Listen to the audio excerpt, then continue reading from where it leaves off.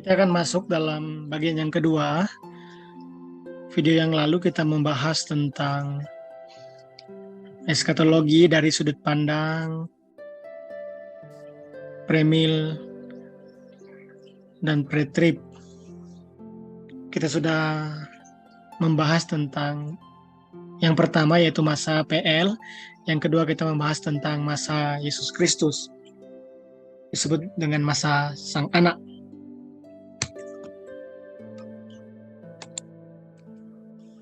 Ini yang kita sudah bahas lalu, dan kita akan masuk di bagian yang kedua. Hari ini kita fokus di bagian yang kedua, yaitu zaman Tuhan Yesus Kristus. Ini rentang waktu yang saya bahas di video yang lalu, masa PL, dari zaman Adam, ini zaman creation, penciptaan, tahun 2000, before Christ, sampai Yesus lahir di 4 Masehi, tahun Masehi. Ini sebelum kelahiran Yesus hingga 2 Masehi ya. Elizabeth dan Zakaria, Maria dan malaikat. Kalau kita ingat, malaikat yang bertemu dengan malaikat Gabriel bertemu dengan Maria waktu Yesus akan diberitahukan bahwa dia akan lahir. Yohanes Pembaptis telah lahir, Yusuf dan malaikat juga. Setelah itu masuk Yesus telah lahir. Persembahan di bait suci, orang-orang bijaksana atau Majus dari timur. Setelah itu zaman Herodes yang jahat. Itu urut-urutannya. 11 Masehi, Yesus Kristus yang muda, masa kecil Yesus. Setelah itu masuk tahun Masehi ke-31 atau 31 Masehi, Yesus dibaptis. Yesus memulai pelayanannya, namun sebelumnya dia dibawa ke padang gurun, Matius 4. Kalau kita ingat, pencobaan di padang gurun, lalu pernikahan di Kana itu Yohanes pasal 2. Kemudian Yesus dan rumah Bapa surgawinya atau Yesus di bait Allah. Setelah itu dengan Nikodemus, percakapan Yohanes 13. Yohanes 4, perempuan Samaria di sumur Yakub. Lalu laki seorang pegawai, orang-orang yang marah di Nazaret. Kemudian Yesus memilih para rasulnya. Lalu Matius 5 sampai pasal 7, itu khotbah di bukit. Yesus mengajar tentang doa. Setelah itu Yesus memerintah angin dan ombak. Waktu kalau masih ingat, Yesus menghentikan angin ribut. Kemudian lelaki dengan roh-roh jahat. Kemudian lelaki yang tidak dapat berjalan atau lumpuh. Masuk di tahun 32 Masehi, anak perempuannya Yairus dibangkitkan dari kematian. Seorang wanita menyentuh pakaian Yesus atau jumbai jubahnya. Perempuan yang 12 tahun pendarahan. Yesus mengampuni seorang wanita yang kedapatan berzina, lalu melakukan pekerjaan Bapaknya di bumi. Kemudian tahun 33 Masehi, Yesus memberi makan 5.000 orang, Yesus berjalan di atas air, roti kehidupan, ini Yohanes 10. Kemudian Yesus menyembuhkan lelaki yang tuli. Petrus bersaksi tentang Kristus, Matius 18, di atas batu karang kalau kita ingat. Nama bukan lagi Petrus, Kefas ya. Kefas artinya Petrus. Tapi di atas batu karang ini, kata Yesus, aku akan dirikan jemaatku. Itulah kata eklesia, gereja itu muncul pertama kali. Pasal 17 di Matius, itu Yesus dimuliakan di atas gunung. Mana Musa dan Elia datang, berbincang dengan Yesus di atas gunung, yang disebut dengan transfigurasi. Selanjutnya anak indera sekuler roh jahat, orang Samaria yang baik hati.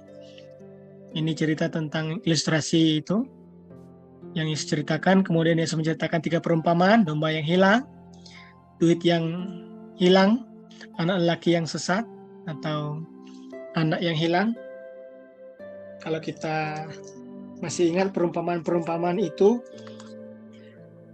di Lukas 15, perumpamaan tentang domba yang hilang, tentang dirham yang hilang, tentang anak yang hilang itu.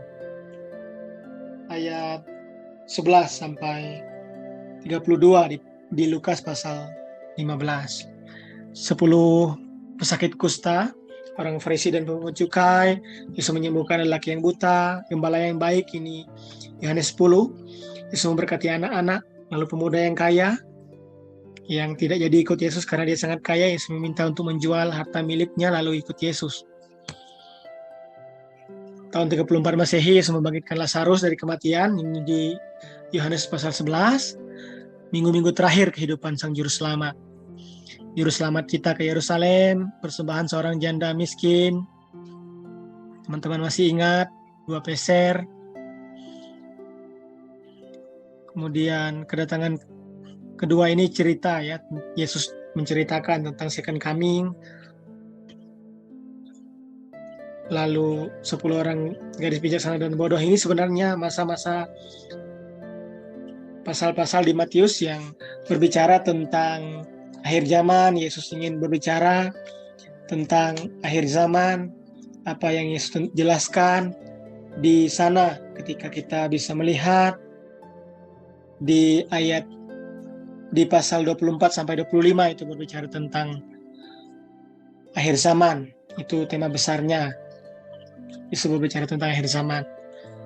Kemudian sakramen yang pertama, kita tahu bahwa itu perjamuan makan malam, perjamuan terakhir, bagaimana Yesus perjamuan kudus bersama-sama. Lalu ajaran Yesus yang lain tentang perjamuan terakhir, Yesus menderita di Taman Getsemani sebelum ditangkap. Yesus benar-benar bersungguh-sungguh berdoa di sana di Taman Getsemani. Matius pasal 26 ayat 36 sampai 46. Lalu Lukas 22 ayat 39 sampai 46. Lalu pembicaraan Yesus, kemudian Yesus disalibkan. Itu mulai pasal 26 ayat 47 Yesus ditangkap. Yesus diserahkan ke Pilatus. Matius 27 ayat 32 itu Yesus disalibkan sampai Yesus mati. Matius pasal 27 ayat 45. Dan Yesus dikuburkan. Matius 27 ayat 57 sampai 61, kubur Yesus dijaga. Matius pasal 27 ayat 62 sampai 66. Kemudian Yesus telah bangkit. Itu Matius pasal 28 ayat 1 sampai yang ke-10. Kemudian Yesus naik ke surga, Matius 28 ayat 18 sampai 20. Disitulah Yesus menyampaikan amanat agungnya kepada 12 murid yang waktu itu ada bersama-sama dengan Yesus. Dan Yesus menyampaikan sebuah amanat yang penting, dan itu yang menjadi fokus ketika berbicara tentang amanat agung, perintah untuk memberitakan Injil. 11 murid, ingat Yudas Iskariot sudah meninggal karena dia gantung diri atau bunuh diri, jadi sisa 11 murid. Matius pasal 28 ayat 16 sampai 20 saya akan membacakan menutup sesi kedua ini. Dan ke-11 murid itu berangkat ke Galilea, ke bukit yang telah ditunjukkan Yesus kepada mereka. Ketika melihat dia, mereka menyembahnya, tetapi beberapa orang ragu-ragu. Yesus mendekati mereka dan berkata, "Kepadaku telah diberikan segala kuasa di sorga dan di bumi. Karena itu pergilah, jadikanlah semua bangsa muridku, dan baptislah mereka dalam nama Bapa dan Anak dan Roh Kudus. Dan ajarlah mereka melakukan segala sesuatu yang telah kuperintahkan kepadamu. Dan ketahuilah, aku menyertai kamu senantiasa sampai kepada akhir zaman." Inilah amanat agung Yesus Kristus. Kita harus diminta, karena ini kewajiban bukan pilihan. Itu harus dan wajib kita yang percaya kepada Yesus Kristus sebagai satu-satunya Tuhan dan Juru Selamat secara pribadi, maka kita wajib untuk pergi Jadikan semua bangsa murid, baptis dan ajar mereka melakukan apa yang Yesus telah sampaikan dan teladankan, tentu dalam firman-Nya. Itu di poin yang kedua, sesi yang kedua ini tentang zaman Yesus Kristus atau zaman Sang Anak, yaitu Allah Anak, yaitu Yesus Kristus, pribadi kedua dari Allah Tritunggal. Tuhan menolong kita. Sampai jumpa di sesi berikutnya. Kita akan terus melanjutkan.